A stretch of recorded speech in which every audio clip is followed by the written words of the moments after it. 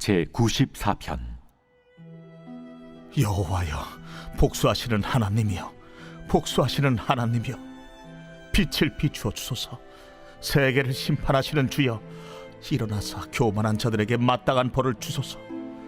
여호와여, 악인이 언제까지 개가를 부르리이까?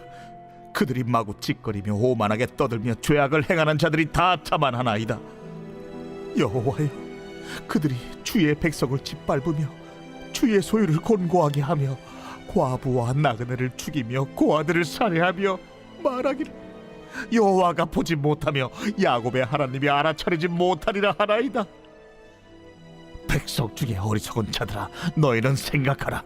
무지한 자들아, 너희가 언제나 지혜로울까? 귀를 지으시니가 듣지 아니하시랴, 눈을 만드시니가 보지 아니하시랴. 뭇 백성을 징벌하시는 이 곧 지식으로 사람을 교훈하시는 이가 징벌하지 아니하시랴. 여호와께서는 사람의 생각이 허무함을 아시느니라. 여호와여, 주로부터 징벌을 받으며 주의 법으로 교훈하심을 받는 자가 복이 있나니, 이런 사람에게는 환난의 날을 피하게 하사 악인을 위하여 구덩이를 팔 때까지 평화를 주시리이다. 여호와께서는 자기 백성을 버리지 아니하시며 자기의 소유를 외면하지 아니하시리로다.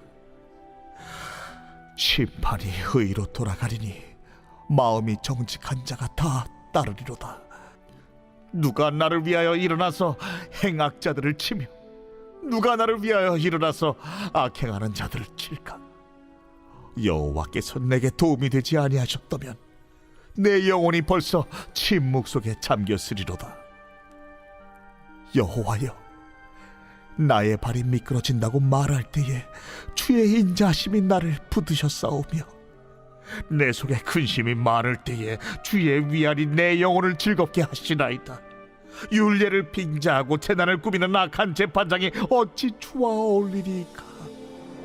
그들이 모여 의인의 영혼을 치려하며 무죄한 자를 정죄하여 피를 흘리려 하나. 여호와는 나의 요새이시오, 나의 하나님은 내가 피할 반석이시라.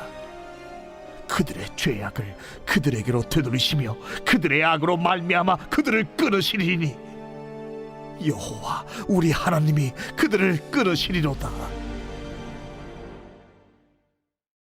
오늘 본문 시편 94편 1절을 보시면 하나님을 복수하시는 하나님이라고 표현하고 있습니다. 사실 여러분, 복수라는 개념은 하나님과는 어울리지 않는 표현입니다. 그런데 복수하는 하나님이라고 표현을 한 것은 우리 인간이 이해하기 쉬운 말로 표현이 된 것이라고 할 수 있습니다. 더 적합한 표현은 2절에 나오죠. 세계를 심판하시는 주여. 심판하시는 하나님이란 말이 적합한 표현입니다. 여러분 한번 생각해 보십시오. 전능하신 하나님이 무슨 복수를 합니까? 복수할 정도로 당하시기나 하겠습니까? 그러니까 본질적인 것은 심판하시는 하나님이다라는 사실입니다. 악인에게 마땅한 벌을 내리시는 하나님, 이런 것입니다. 그런데 여러분, 이 시인이 살고 있는 현실은 어떤 곳입니까? 악인들이 꼼짝을 못하고 하나님을 잘 섬기는 사람들이 넉넉하게 복을 누리며 사는 정의롭고 공의롭고 사랑과 평화가 넘치는 사회, 그런 사회와 환경 속에서 이 시인이 살고 있는 것일까요? 전혀 그렇지 않습니다. 오늘 보신 3절 4절에 보니까 악인들이 개가를 부르고 있습니다. 악한 사람들이 잘 되고 있다는 말이죠. 악한 사람들이 마구 짓거리고 오만하게 떠들고 자만하며 떵떵거리며 살고 있다는 말입니다. 그래서 여기 이 시인이 마음이 상한 것입니다. 영혼이 공고해서 하나님 앞에 부르짖는 것입니다. 하나님, 악한 사람이 왜 잘 됩니까? 악한 사람이 지멋대로 이야기하면서 떵떵거리면서 살고 있습니다. 하나님, 뭐하고 계십니까?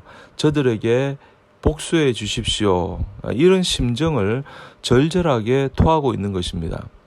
마음에 있는 것을 다 하나님께 쏟아내고 있는 것이죠. 자, 그리고 나서 8절 이하에 보면 7절 전까지는 하나님에 대해서 쏟아낸 이 시인이 이제는 사람에게 이렇게 말하고 있습니다. 8절을 보십시오. 백성 중에 어리석은 자들아 너희는 생각하라. 무지한 자들아 너희가 언제나 지혜로울까. 이 시인은 사람에게 언어를 던지는데 이렇게 말하는 것입니다.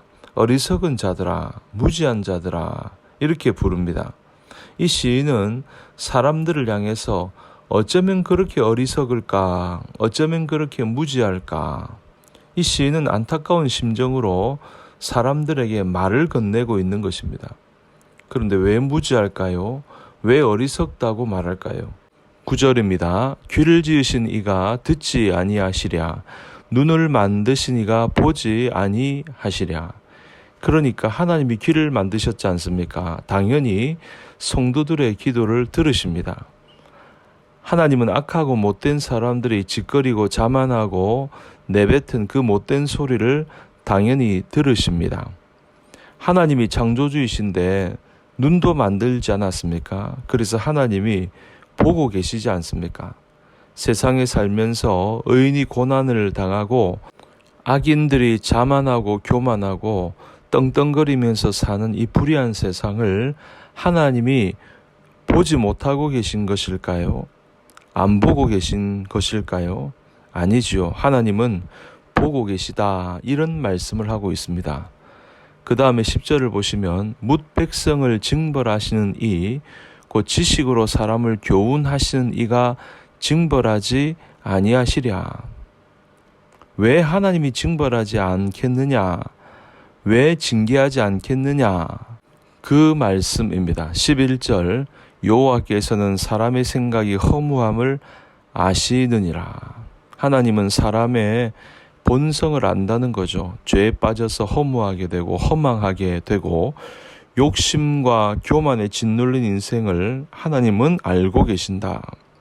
여러분, 이 시인은 시편 94편 말씀 앞부분에서 하나님께 이렇게 토로하고 있습니다. 복수하셔야죠. 왜 안 하십니까?